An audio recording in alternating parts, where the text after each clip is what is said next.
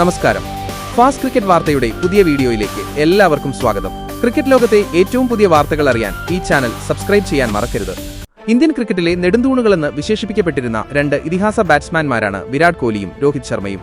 കഴിഞ്ഞ 10 വർഷത്തിലേറെയായി ഇന്ത്യൻ ബാറ്റിംഗിന്റെ നട്ടെല്ലായിരുന്ന ഇരുവരും ഇപ്പോൾ കരിയറിന്റെ അസ്തമയത്തിലേക്ക് കടന്നിരിക്കുകയാണ്. ടെസ്റ്റ് ഫോർമാറ്റുകളിൽ നിന്നും വിരമിച്ച രോഹിത് ശർമ്മ ഏകദിനത്തിൽ മാത്രമേ ഇപ്പോൾ മത്സരിക്കുന്നുള്ളൂ.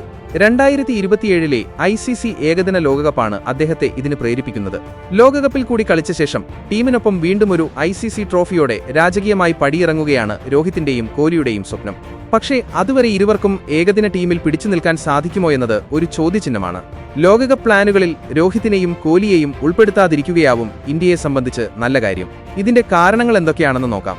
രോഹിത് ശർമ്മയെയും വിരാട് കോഹ്ലിയെയും 2027 ICC ലോകകപ്പിനുള്ള പ്ലാനുകളിൽ നിന്ന് മാറ്റി നിർത്തേണ്ട ആദ്യത്തെ കാരണം പ്രായമാണ്.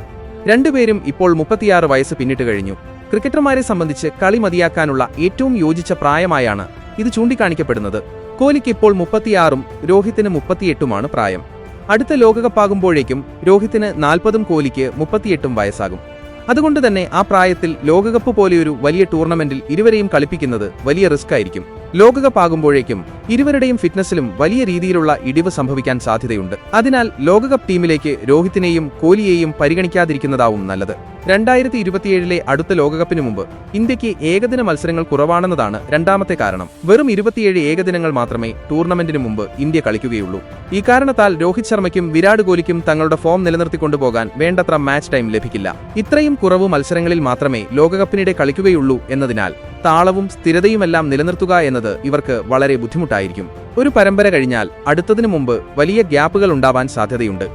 രോഹിത്തിനെയും കോഹ്ലിയെയും സംബന്ധിച്ച് ഏറ്റവും വലിയ വെല്ലുവിളിയും ഇതാണ്. മറ്റു ഫോർമാറ്റുകളിൽ കൂടി അടുത്ത ലോകകപ്പ് വരെ കളി തുടർന്നിരുന്നെങ്കിൽ ഈ ഗ്യാപ്പ് ഒഴിവാക്കാൻ ഇരുവർക്കും സാധിക്കുമായിരുന്നു. ടെസ്റ്റ് ക്രിക്കറ്റിൽ ഇന്ത്യൻ ടീമിന്റെ പരിവർത്തനം വലിയ വിജയമായി മാറിയിരിക്കുകയാണ്. പുതിയ ക്യാപ്റ്റൻ ശുഭ്മൻ ഗില്ലിന് കീഴിൽ ഇംഗ്ലണ്ടുമായുള്ള ടെസ്റ്റ് പരമ്പരയിൽ അത്ഭുതപ്പെടുത്തുന്ന പ്രകടനമാണ് യുവനിര കാഴ്ചവെച്ചത്. ഇംഗ്ലണ്ടിനെതിരെ ടെസ്റ്റ് പരമ്പര തോൽക്കുമെന്ന് എല്ലാവരും വിധിയെഴുതിയ ടീം 2-2 വരെയുടെ അഭിമാനകരമായ സമനിലയുമായാണ് മടങ്ങിയത്.